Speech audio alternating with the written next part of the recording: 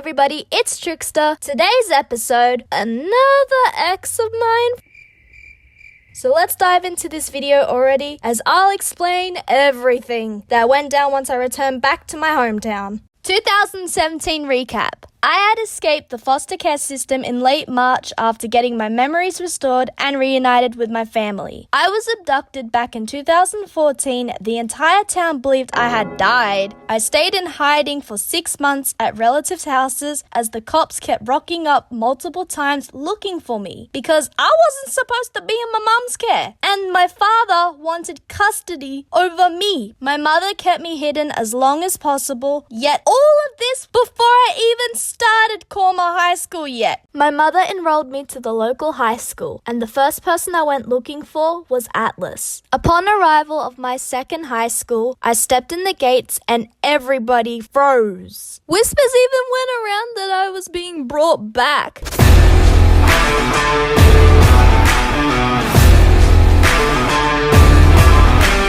Aside from the drama of my return, the first stop I went to was the library to find Atlas, since we used to always meet in public school at the library. But instead of finding Atlas, I found an old friend of mine since year 3, who I'll call Joe. And this guy is my ex. Quick backstory, Joe had a crush on me since year 3 public school after we went to song camp together for 1 week and was supposedly my best friend in 2013, but I forgot. A year later, in 2014, I met Atlas, and Atlas apparently took Joe's place, topping in grades, popularity. Not to mention the fact that I was removed, he thought I was dead and got heartbroken. But then news flooded the town that I was back. While walking around the library looking for Atlas, I began to get sad, but then I bumped into Joe and things were hella awkward because he kept staring at me as though I was a ghost. Trickster? Is that really you? Duh, who else would it be? Joe was hugging me on my first day. After realizing the awkwardness, Joe apologized and we began to catch up like public school was just yesterday, before the bell rang. Once class was commencing, the teacher announced my name and the room fell dead silent as I stepped inside, and you wouldn't believe what happened next. My old bully Kaya welcomed me. Hey, look, it's Trickster. Look who's back from the dead. Don't be mean, everyone. She's my friend. Shut the fuck up and sit your ass down. You bullied me, remember? Kai couldn't believe his eyes since I used to be known as the ghost girl in public school, but I came back from foster care and I wasn't putting up with his BS any longer. The teachers got Joe to show me around the high school as my tour guide, since he told the teachers that he knew me very well and that his mum has been best friends with my mum since grade 1 apparently. Not to mention the fact that Joe lives 1 street right behind me and I didn't know until year 7. Hold up! This is red flags left, right, and center. I know I'm bad at social cues, but like, Mini-Me, you blind-ass bitch! Use your brain! The following week, I spotted Joe again, and this time he had dyed his hair, which I thought was weird because he looked like Atlas, and I felt like I was getting deja vu. Yet Joe was kind enough to help me with schoolwork as we met in the library to study. Joe even helped me out with my damn frickin' timetable that had an odd week and an even week. We kept hanging out together at recess and lunch, and then Joe told me Atlas killed himself. I know you guys are probably confused. For those who have seen the video, are aware I could see spirits. But the ability of seeing spirits, I forgot. But at the time, I had a seizure and forgot about this. But because I forgot that I could, I believed Joe and I started to weep a lot as I was absolutely devastated, thinking I just lost the first person I was ever close with. I'll always find you. But what if I was kidnapped? Then I'll use my time machine and go back in time. Either way, I will always find you no matter what. Joe ended up helping me through those dark periods, and while in late term 2, he admitted that he had a crush on me since year 3. To my surprise, Joe grabbed his diary from 3H, which blew my mind, as he had all my old drawings from 2013. But the drawings Joe drew apparently looked very familiar, which I should probably mention that Joe took credit for Atlas's drawings that he threw away in the trash by scribbling his name out and using pen, which as an artist myself is a huge no-no. You didn't take the time and effort to draw that. Joe then pulled out another diary and told me what happened since I forgot due to my amnesia at the time. However, I wasn't allowed to look inside said diary since there were some things he didn't feel comfortable showing me. I didn't mind that you dated Atlas. I'm terribly sorry for your loss. Hey, I'm not dead! Trix, you were my best friend in year 3. You just don't remember because of epilepsy. Are you serious right now? Trickster, I'm not dead! Don't believe this moron! Hearing this, I felt guilty as I had no idea that Joe and I were so close in public school. And it wasn't too long after until we began dating, as I caught feelings for him. If this wasn't weird enough at this point, every Friday lunchtime, Joe and I would go on a double date with Kai and his girlfriend to Red Chicken, hang out, laugh, make jokes, which already in itself was wild and literally felt like I stepped into a parallel universe or something. Oh, and here's photo proof that I did go to 2 high schools, for those who didn't believe. But I was seriously starting to believe I was in a parallel universe because there's no other explanation. How else did I date Joe, which Atlas hated and tried to warn me about in school, but I forgot about Atlas due to my seizures because I ended up best friends with Kai, who used to bash me. The fuck? We would hang out, do school projects together, play sports, have lunch. Again, the fuck? Like, I remember this one time. It was a Saturday. Spencer and I were at the local skate park, and while my brother was doing some cool tricks on his scooter, Kai came up along with his girlfriend, and Joe had bumped into them along the way here. So we all decided to go get some Zinger Bucket together. Both Spencer and Kai were scootering, which was weird for me, cause again, Kai used to bash me. Like, I'm seriously considering the entire parallel universe theory. Cause what are the odds? Kai and I were friends until late June after the power storm broke out.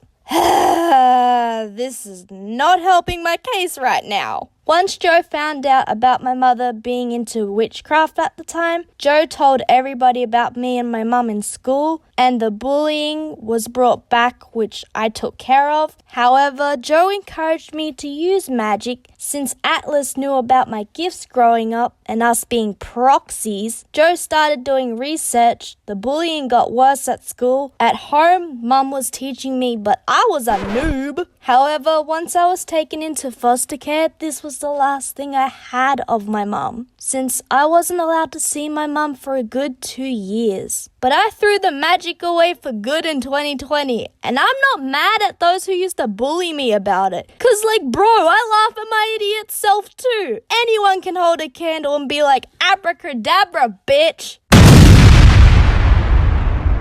As time progressed in the library, Joe needed to get up and use the bathroom, but left his diary on the table from 2013, just sitting there alongside his notes. Now, I'm not one who likes to sneak through people's stuff, but I had a strange sense while staring at it, that there was something dark hiding in those books. So while Joe was in the bathroom, I had a sneak peek of the book. Dear Diary, today I watched Trickster draw in her book again, but she threw it away. So I ran to the trash and grabbed it. She owns 2 dogs. I'll ask her out in year 5 so she can be my year 6 prom date. I dropped the book out of shock and then decided I should read some more. So I skipped to 2014 and read it, only to discover that Joe absolutely hated Atlas because he felt replaced. And Atlas was an evil mastermind apparently? What the? To top it off, Joe even wrote about Atlas and following him to the parent drop-off, which how the did Atlas not notice? Joe also wrote down all of Atlas's quote-unquote aggressive behaviors, describing Atlas as possessive, mind-controlling, manipulative. He would write more and more and more, and I was confused, but I still kept reading. Dear Diary, I'm sitting 2 rows behind Atlas and Trickster. They are both laughing and talking about some random guy with a white face and black suit. I saw Trickster get up from her chair with a texter as she colored the air, as Atlas looked to be thinking. I hate how Atlas keeps making Trickster believe in his silly mind games, and it's absolutely insane out of his mind, treating her like some sort of puppet. I would make a better boyfriend than he would ever be. I flicked through the book angrily. Atlas was insane, cold heartless, pure evil mastermind. I realized my mistake now, and I've never got to formally apologize, which is my biggest regret. The worst part about this? Epilepsy affects my memory of people's faces, so I am not surprised. Also, if Atlas knew that Joe called him an evil mastermind sod, Joe's words exactly, Atlas would have beaten the shit out of Joe himself. Angry, I waited for Joe to come back, and once he did, I forced him to speak up about what he wrote regarding Atlas in his diary. And Joe admitted that yes, he did hate Atlas because Atlas told him to stay away from me in public school. Which, looking back now, I do remember that. Atlas told me he didn't like Joe, and I should have listened to him back in school. But I forgot, damn it! Joe started to diss Atlas as he mentioned that he felt humiliated. Joe called Atlas, and I'm quoting Joe, a psychopathic, narcissistic sod who believes in Slenderman. I was left pissed off and felt a very strong urge to punch him. Atlas was a monster, a psychopath in public school. How dare you say that? You don't know him like I did. You're so blind that you can't even see. Atlas was so obsessed with you, and yet I had the last laugh because he left town and you forgot, which meant that we could start all over again. Atlas stole you away from me in year 4, but I waited once you returned. Without another word, I stormed off. It doesn't matter if it was history. I was really pissed off at Joe because I forgot, and this whole time our relationship was a revenge spree against Atlas out of jealousy. Outraged, I packed my bags and went to visit a family member out of town for the entire weekend, ignoring Joe's text after text after text. I needed space to clear my head. 2 days later, I returned back after clearing my mind, but was shocked that my mum told me Joe came to the house while I was gone, knocked on the door, and rang the doorbell, which I didn't even know we had. He was holding flowers, waiting for me, and funny enough, my brother Spencer took care of Joe by roasting him. Hi, Miss Void. Is Trickster home? We were supposed to go to the movies. No, she's at a family's house for the weekend. You must be the boyfriend. Huh? Trickster has a boyfriend? This is him? Spencer, be nice. I'm 9 and taller. Look at this elf. I'm not that short. Yeah, you are. I'm literally looking down on you right now. I'll see Trickster at school. Spencer, you have my respect. The following Monday, Joe ran up and hugged me, but I pushed him off before looking at him stone cold. Joe was confused at my behavior, so I crossed my arms before breaking up with him on the spot for good. Hey, is everything okay?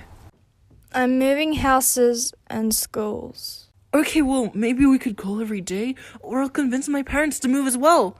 No! Stay away from me! I'm breaking up with you! Why? I can fix this.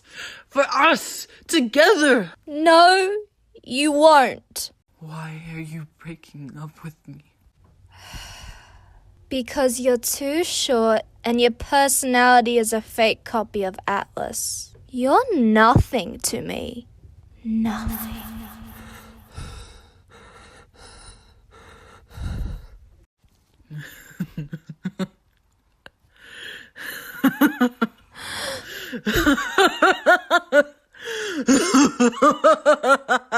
Oh, Trickster. That was so cold of you. But baby, you're forgetting something. I know where your house is. Don't even try. We have security cameras surrounding the place, Joe. And before you can even try and hunt me down, I'll be out of town. Goodbye, Joe. She draws her life in lines of ink behind the screen where secrets sink. Dark blue hair like midnight skies, a rebel's mask to hide her eyes. Her stories twist her world in two. The voice you hear hides what is true. She sketches whispers in the dark. A flicker fades, then leaves its mark. Oh, tricks avoid where shadows play. You keep your truth just